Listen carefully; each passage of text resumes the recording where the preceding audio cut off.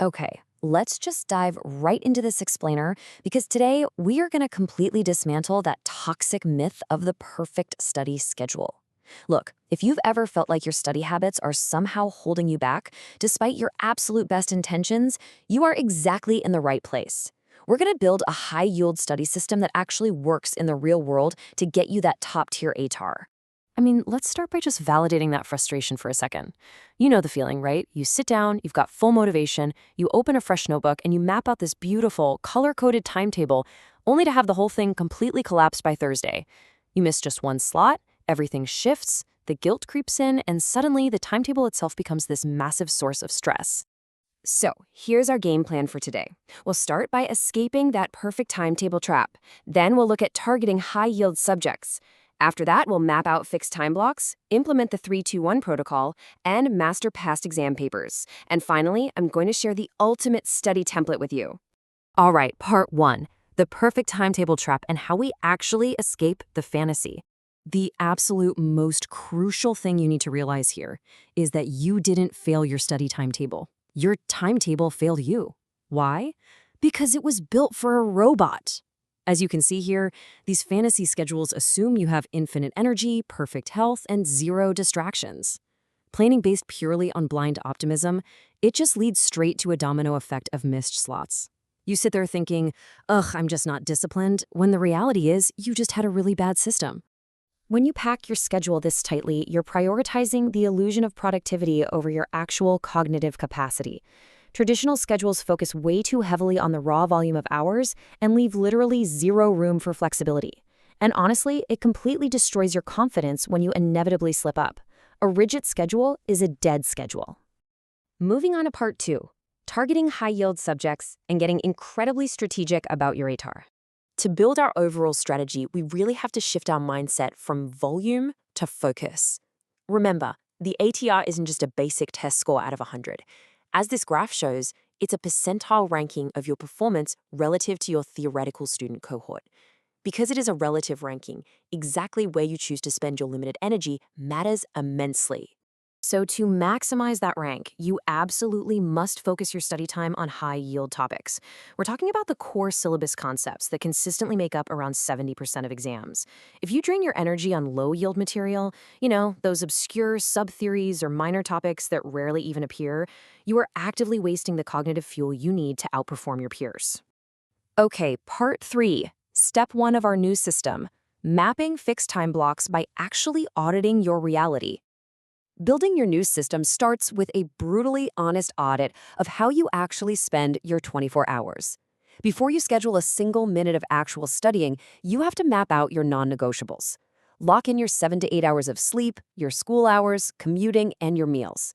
Sacrificing sleep or skipping breaks is literally like driving a car and refusing to stop for gas. You will eventually crash and burn out. The absolute secret sauce here is understanding that energy management is way more important than time management. Listen, not all hours are created equal. You need to match your hardest study blocks, like deep conceptual learning, to your peak cognitive hours. Keep your low energy times for the lighter stuff, like organizing your notes. It's all about matching the task to your natural biological rhythm. Which brings us to part 4, step 2, the 3-2-1 protocol and some really powerful cognitive science hacks. Now we're bringing in the heavy hitters of cognitive science to make sure all this information actually stays in your brain until exam day. First rule, we have to eliminate passive learning. Highlighting your notes feels productive, but it just creates a dangerous illusion of knowing. Familiarity is not fluency. Active learning, on the other hand, forces retrieval from your memory without any external cues. It ruthlessly exposes what you don't know, which actually strengthens those neural pathways. And to fight the forgetting curve, which is where Ebbinghaus discovered we forget roughly 70% of new information within just a week, we're going to use the 3-2-1 protocol. Here's how it works. Test yourself on new material after 3 days. Then, do a spaced review with practice questions at 2 weeks. Finally, at 1 month, use interleaved practice across different topics. This perfectly times your retrieval to permanently lock in that 99+ ATR knowledge.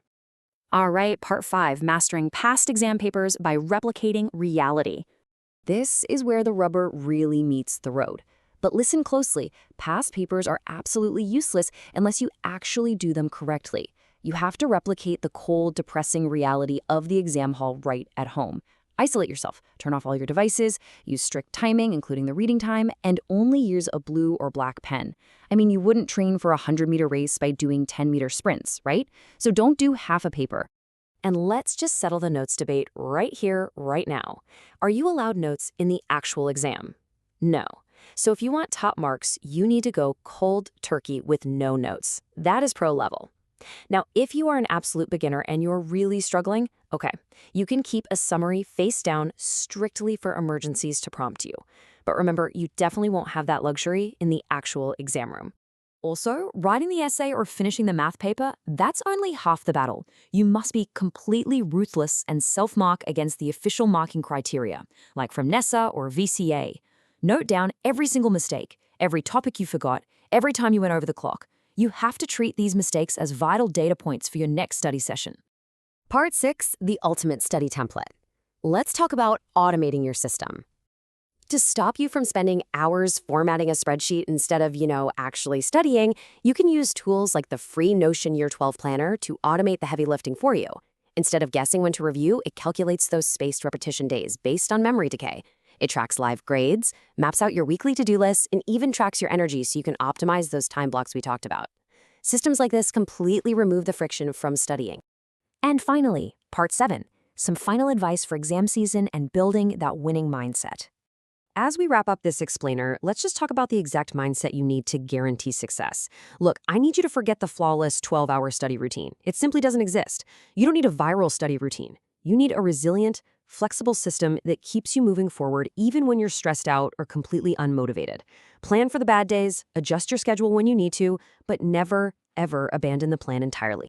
Because at the end of the day, an imperfect plan executed consistently will always destroy a perfect plan that you just quit by Thursday. So, start auditing your time blocks today and take real control of your ATR. Ultimately, you just have to ask yourself one question. Are you going to keep failing at being perfect? Are you ready to finally succeed at being consistent?